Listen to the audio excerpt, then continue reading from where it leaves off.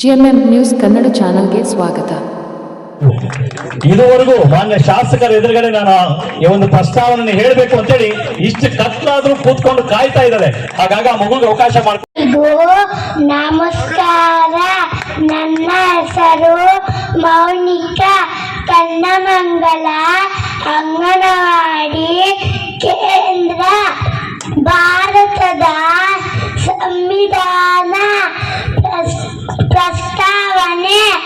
ಭಾರತದ ಜನಗಳಾದ ನಾವು ಭಾರತವನ್ನು ಒಂದು ಸಾರ್ವಭೌಮ ಸಾಮಾಜಿಕವಾದಿ ಸರ್ವಧರ್ಮ ಸಮಭಾವದ ಪ್ರಜಾಸತ್ತಾತ್ಮಕ ಗಣರಾಜ್ಯವಾಗಿ ರಚಿಸಲು ಮತ್ತು ಅದರ ಸಮಸ್ತ ನಾಗರಿಕರಿಗೆ ಸಾಮಾಜಿಕ, ಆರ್ಥಿಕ ಮತ್ತು ರಾಜಕೀಯ ನ್ಯಾಯ ಮತ್ತು ವಿಚಾರ, ಧರ್ಮಶ್ರದ್ಧೆ ಮತ್ತು ಉಪಾಸನಾ ಸ್ವಾತಂತ್ರ್ಯ, ಸ್ಥಾನಮಾನ ಹಾಗೂ ಅವಕಾಶ ಸಮಾನತೆ ದೊರೆಯುವಂತೆ ಮಾಡಲು ಮತ್ತು ವ್ಯಕ್ತಿ ಗೌರವವನ್ನು,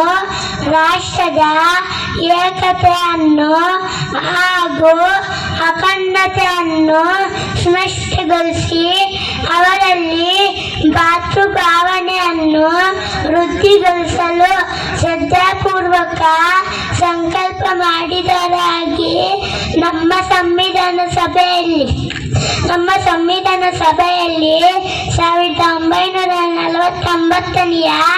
ಇಸ್ವಿಯ ನವೆಂಬರ್ ತಿಂಗಳ 26ನೇ ತಾರೀಖಾದ ಈ ದಿವಸ ಈ ಮೂಲಕ ಈ ಸಂವಿಧಾನವನ್ನು ಅಂಗೀಕರಿಸಿ ಅಧಿನಿಯಮಿಸಿ ಅರ್ಪಿಸಿಕೊಂಡಿದ್ದೇವೆ. ಎಲ್ಲರಿಗೂ ಧನ್ಯವಾದಗಳು.